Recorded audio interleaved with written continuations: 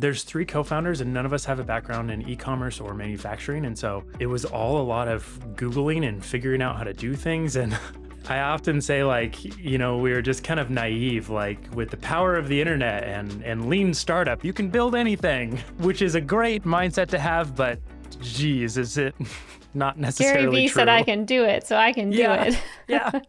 Yeah. Okay. So you had the concept, you were starting it, but then you kind of kept it slowly in the background while you were making money in other ways. For anyone who doesn't know, what is Haven? So they know where we're about to go with this. What is Okay, Haven? yeah. So Haven Athletic is organized gym bags.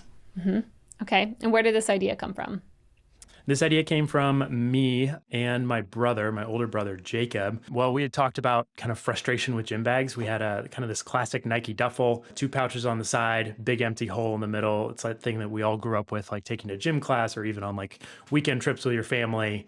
And I was taking it to the gym and we'd kind of talked a little bit about how it's not really a great bag for the gym. And then one day I was digging around for my stuff and I couldn't find my headphones and I emptied the bag out and I like literally turned it upside down in the gym, shaking it, trying to find my headphones, and eventually pulled out this like bottom plastic piece where they were hidden under there. And I was like, okay, that's it. This is dumb. There has to be something better. That was the moment. So you had the idea, you started Googling, you went to the physician one. How long until you came back and you were like, we need to do Haven?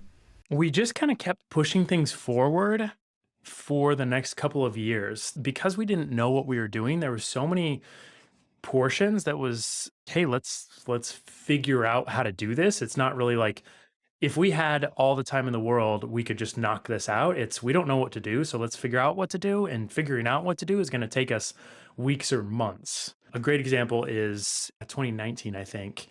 We spent most of the year figuring out how to manufacture a product. Like, how do you get in touch with a factory? How do you find a factory who will work with you?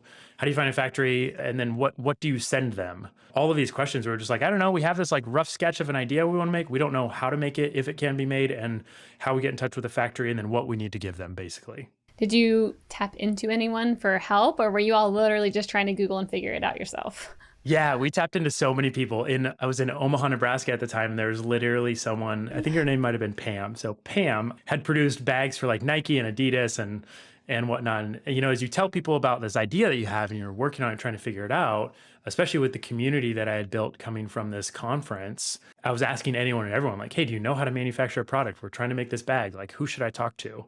And so I reached out to anyone and everyone I could. And a few people had mentioned this person. And so we met with her. Her answer was basically like, oh, it's going to take you at least like $50,000 to like set up all the systems and to get a factory to actually convince to work it. And you're going to have to buy at least 10,000 units. And at this point, we'd spent like no money. And so that was wildly frustrating to hear.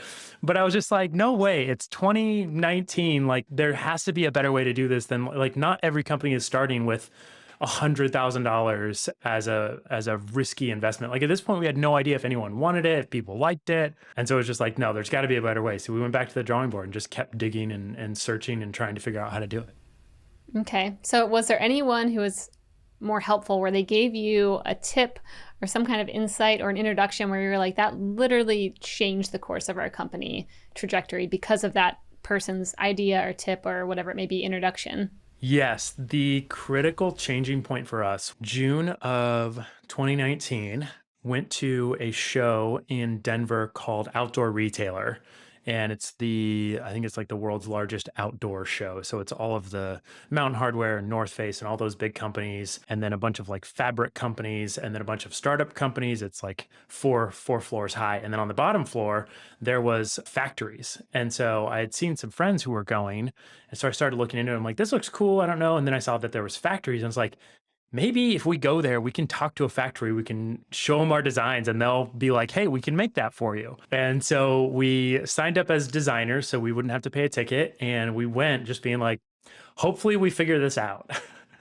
And talked to a couple factories who thought they would be able to produce it. Turns out neither of them could.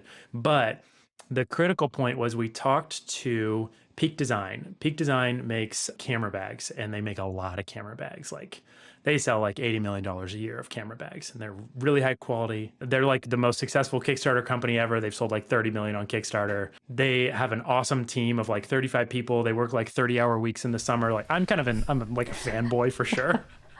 Yep. Well, I mean, they're great. So yeah. You're allowed to be. Yeah. Okay. Thanks. And I mean, they've been so successful that the founder, Peter, started this company called Climate Neutral to help e-commerce companies reduce their impact on the environment and have like a net zero impact. And so I was like, okay, that's awesome.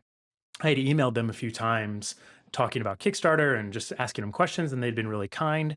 And so I met with them at Outdoor Retailer, and we talked to them, and then we talked to Climate Neutral. We joined Climate Neutral. We were like, that's awesome. We believe in this. We want to start with this from the beginning before we even have a product. Like we want that to be a part of our story.